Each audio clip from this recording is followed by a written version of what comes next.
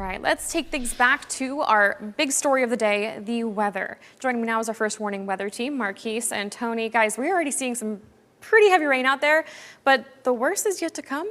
Correct. You know, you take a look at the wider perspective. Marquise and I have been doing that, and there's a pretty good area of low pressure now cranking up southwest of Tampa. We're starting to watch some of these feeder bands getting very close to the Tampa Bay area. Yeah, with those feeder bands continuing over the course of the evening, heavier rain is what we're expecting, but also stronger, gustier winds, and even the chance for a possible tornadic development. Yeah, we think the risk is increasing right now, and it's going to be right with us through about 6 a.m. I want to take you back outside.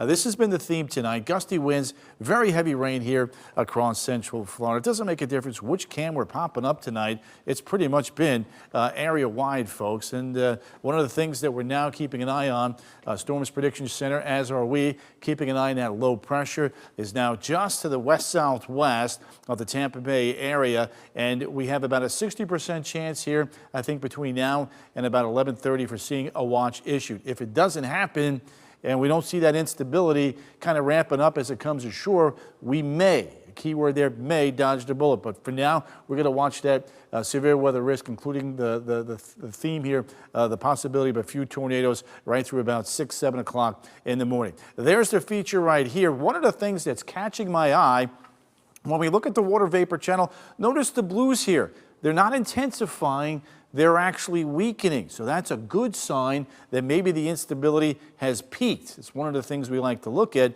when we're garnering up whether or not we're going to have severe weather. But you can see the turn coming right up the I-4 corridor and right up towards Jacksonville. That's the main storm track. And you can see the wind and the rain here now really coming in. You got southeasterly flow, you've got southwesterly flow upstairs. So we've got that spin that's trying to develop in the atmosphere right now. Now, for me, it's this lead wave right here as we get deeper into the evening that we're going to have to watch carefully now. Some of the areas of wind just offshore now with some of these thunderstorms, pretty impressive here. 50, 60, 70 miles an hour, and that's what we're going to have to watch. The Villages, Ocala, getting in on some significant rainfall right now. We'll zoom it in back towards the Forest Astor. Again, this is not severe. This is just solid soaking rain for the time being. Forest City, Claremont, some significant rain. Gusty winds here back towards the coast. Flood advisory has been reissued here for portions of Brevard and Orange County. We've had 2 to almost 4.5 inches of rain. And then as we work our way into Point Siena, Lake Wales, a little bit of a lull. But on the bottom of the screen, I think that's going to be the first line of thunderstorms that we're going to have to watch as it rotates in to central Florida. Look at the rainfall today. Wedgefield, Alafaya, Baldwin Park, Pine Hills, 3¼ to 4, almost 4.5 inches of rain, and plenty more is on the way. With more on that, here's Marquise. Thank you very much, Tony. Where we've seen the heaviest rain so far today, well, we will see that heavy rain start to move north. It's almost like we are squeezing out the drops of rain across the I-4 corridor here in Orange County as well as Brevard County as you move further east, but we'll shift your gaze further up towards the north, out towards Flagler Beach, Daytona Beach. That's where we could have pockets of precipitation anywhere between 2, maybe even 3 inches. And as we move further into the evening, we're finally starting to see our models begin to agree on the placement and the intensity of the rain that we're likely to see heading into the morning tomorrow. Even the Futurecast, the graph model, our in-house model, it's agreeing now to heavier rain out towards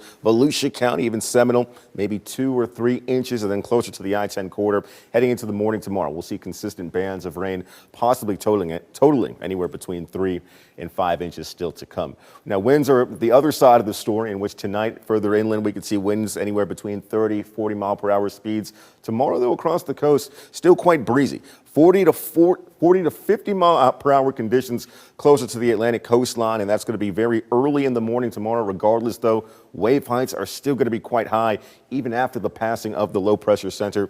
Waves could be up to 20 feet tonight, and slowly over time we'll see those waves start to come down after the passing of the storm. But even throughout the work week, waves still remain between 5 and 9 feet, and those breaking conditions, breaking waves 3 to 6 feet closer to home. Now, as we take a look at your county by county impacts, we're moving this up to midnight, all the way to 7 a.m. If you're across the coastline, that's where the faster winds will exist still tomorrow. But before tomorrow's said and done, 2 to 4 inches of rain are likely to pile up across Brevard, Volusia, and Flagler counties, maybe even local areas of 5 inches or more. Further inland, rain a little bit less significant, but still enough to possibly tip the scale towards wet road conditions, flash flooding we could possibly see. In fact, we do still have that flood advisory that Tony was just mentioning. And then across Ocala into Salt Springs, we can still see another 2 to 3 inches of rain across Marion County. Now, our savior is going to be that passing of the low pressure system tomorrow morning, but we will cool down and dry out with the passing of this next cold front as we move throughout the work week on Tuesday and Wednesday, keeping you nice and dry, and it will bring those Christmas temperatures back into the picture. We drop down to the mid 60s on Monday, and then Tuesday, we're going to see 59-degree afternoon highs coming your way.